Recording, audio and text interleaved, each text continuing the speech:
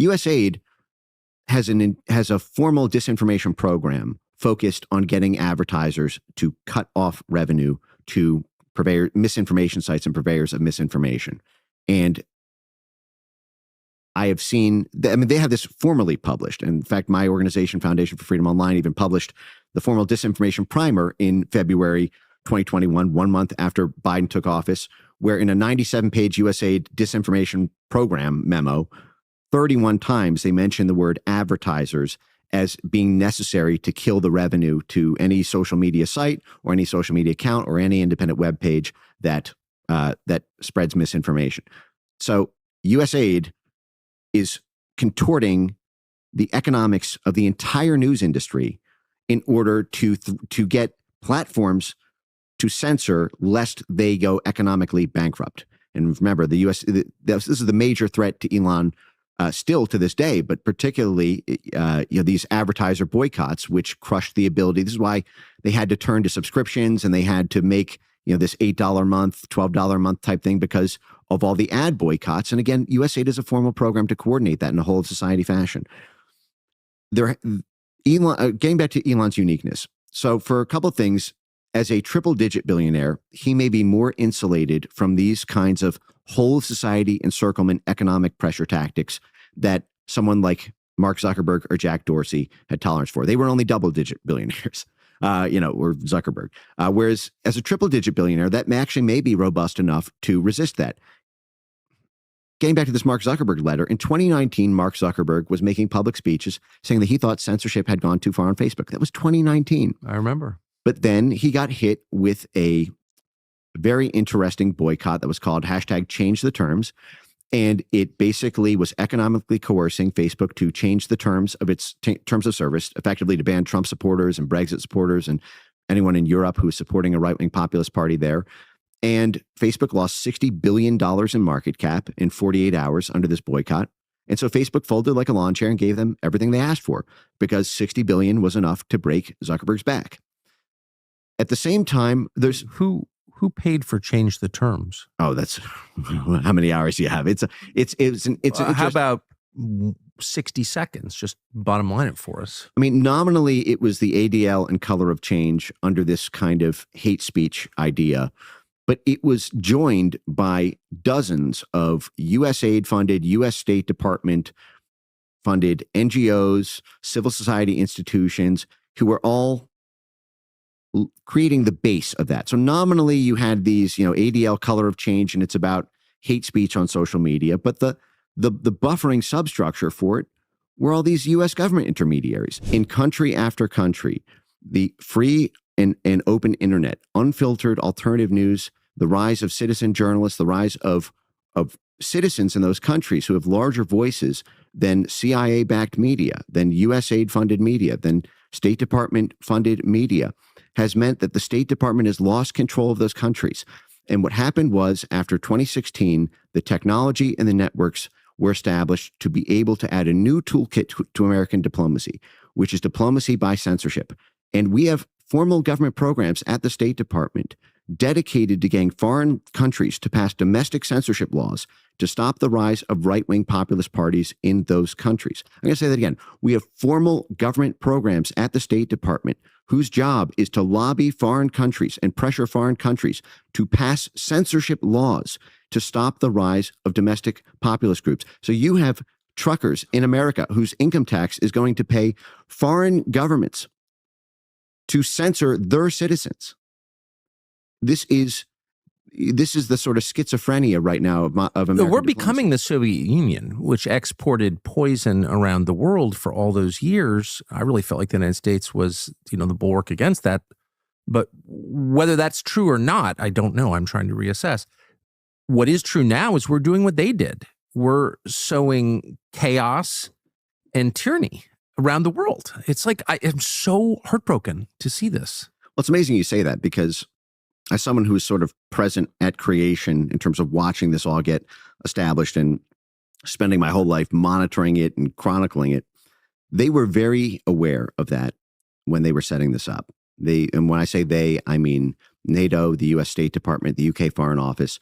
After the 2016 election and after Brexit, and they began this whole consensus building quest about how to get all the relevant stakeholders from the government, from the private sector, from civil society, and from the media to all come together and create this whole of society censorship coalition, whole of society counter misinformation coalition, technically they call it. But they were very aware of that what they were doing was exactly what they accused Russia and China of doing, intensely aware. They were very careful in establishing it, according to this idea that what we will do is we will be able to essentially have plausible deniability, but even though we're funding it and we're directing it and we are pressuring everyone to join this censorship coalition.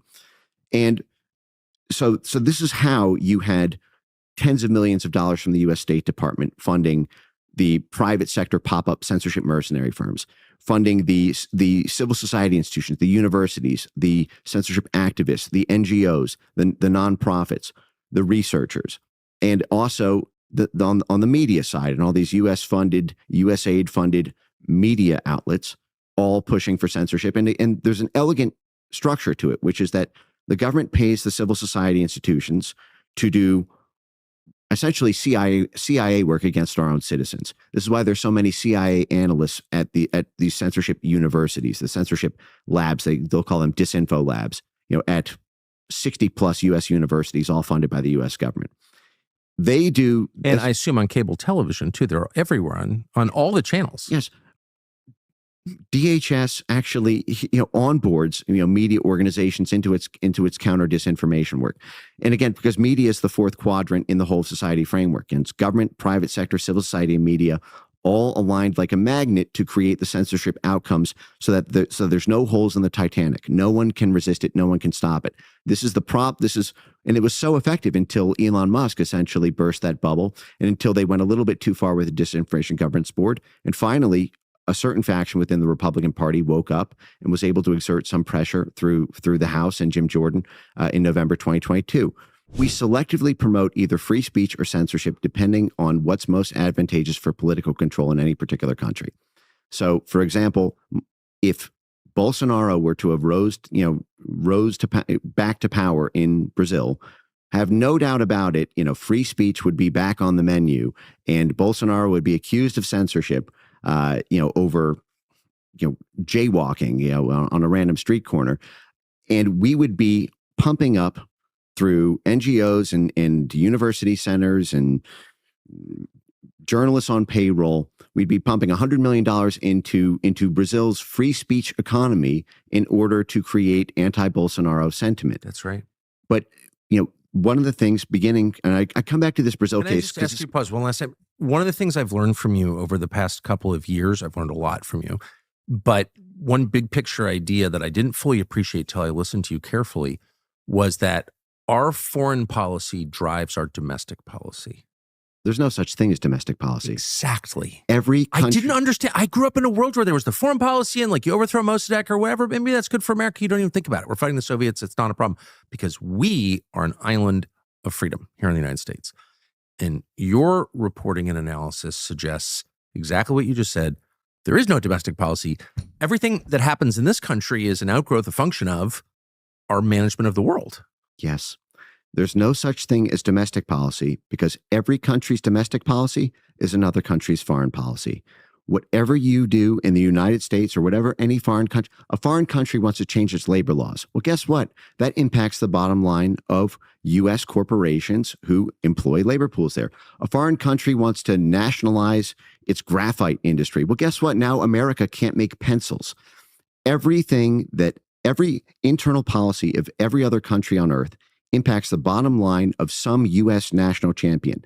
Now, how the State Department defines national interest is essentially the college of corporations and financial firms that are U.S. national champions. So, for example, if something happens, if Georgia or Azerbaijan does something that impacts the bottom line of ExxonMobil or Chevron or Halliburton, that becomes a State Department priority in order to protect U.S. national interests against this nationalization law that's happening in Georgia or Azerbaijan. And it's the same thing with every industry. And so I do want to get back to this this sort of exporting the First Amendment concept that was such a big part of American statecraft. I think almost no one, there's almost no better example of this than what happened with the State Department's Global Engagement Center, which is the main censorship artery of the U.S. State Department. It also works with a million of these censorship NGOs and USAID and this whole network. It was set up by Rick Stengel. And, Rick Stengel, would you say that his job was to export the First Amendment, former, managing editor of Time magazine.